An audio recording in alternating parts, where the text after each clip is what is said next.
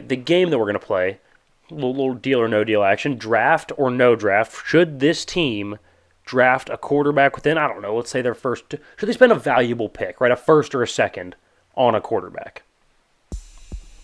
Okay, hit me with it. We're going to go Seattle first. Seattle, I would go no, right? So you pay Geno, so you have him under contract, 3 years, $105 million. So he's making some good money. That's big boy money. The division's not as strong as we thought it once was, right? The Niners are fine, but who's starting a quarterback for them? Brock can't throw. Do we trust Trey? Probably not. I don't think they're going to go out and get another quarterback, right? Yeah. I mean, we like Stafford, but they're kind of gutting the team right now. Stafford's good, but he's been hurt the last couple of years. He's aging. Kyler won't be back maybe all year, at least for the first 10.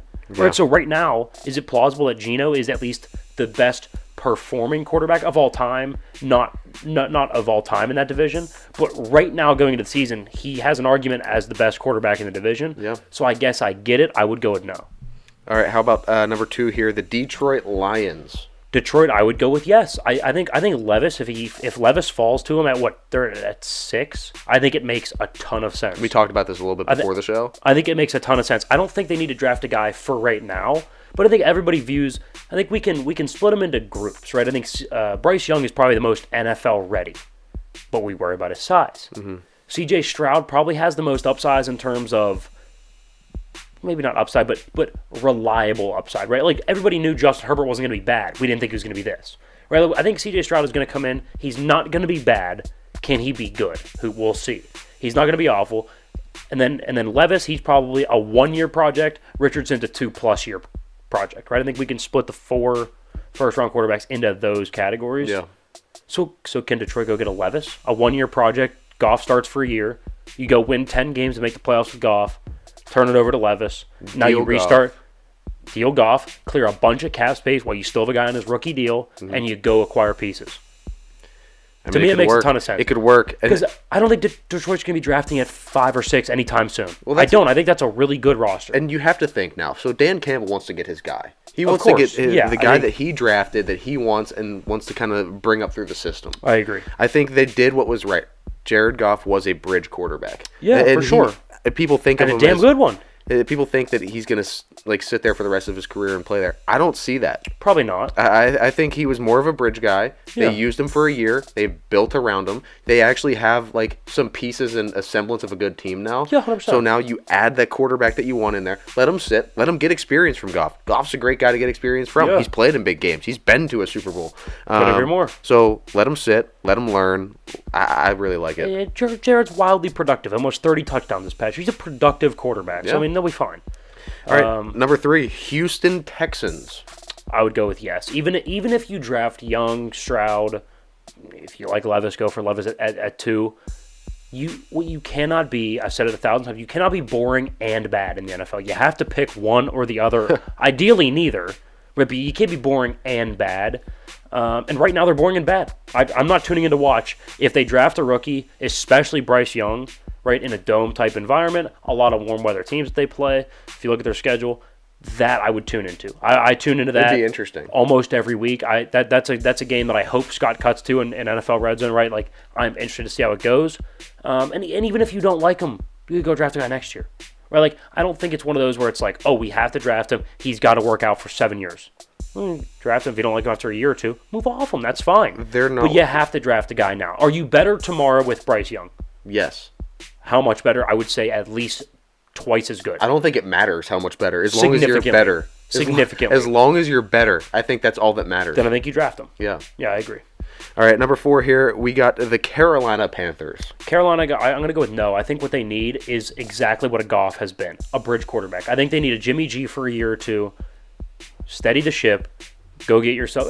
They had a bunch of reckless, big personality quarterbacks. Sam, Baker. Cam Newton back in the day. Cam Newton, yeah. Like, they need to get quiet and boring for a year while they reset and then go get their guy, right? They need to bring the temperature down, go win 7 games with Jimmy G, be competitive. Frank Reich builds his culture, then you go get a guy. I don't think that right now they're set up for a rookie quarterback. No, and I think when they do decide to get a quarterback, they're at a point right now where they can't waste quarterback picks. They need to focus on building their identity, figuring out who they are, what they want to be, and then from there, go find a guy that fits that culture. Yeah. Instead of going out and picking a guy right now and then trying to scramble to build around him, that could be really tough. I agree.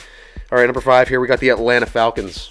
Atlanta, I go with no, but for a different reason. I think they're in the full tank for Caleb Williams, Drake May area. Where like you can keep telling yourself Desmond Ridder. I don't see it. I don't get it. I'm not a believer. I've never been a fan. So you can keep telling yourself Desmond Ridder, but I'm that's not. I don't think so.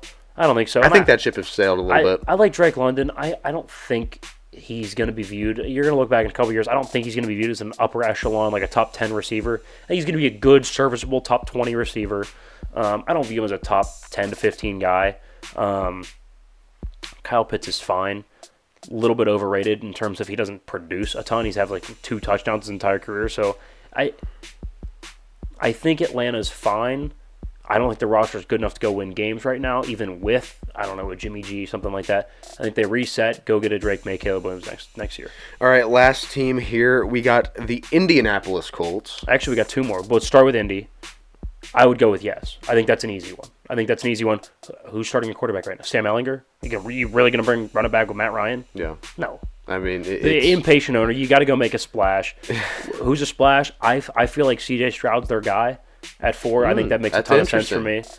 And look, you have to find guys that fit what you have, right? And what they have is a bunch of receivers that don't separate. What is CJ Stroud's thing? Accuracy and throwing people open. That's one thing he's fantastic at. We don't know if he can make a bunch of off-script plays. We don't know if his arm is spectacular. But is he accurate at throwing people open? Absolutely he is. So I think that is where Indy could excel because they don't have separation players. Michael Pittman's not a separation receiver. Yeah. The last one, by the way, is the Raiders. All right, yeah, I didn't get that. I don't have that one. No, you're good. That's my bad.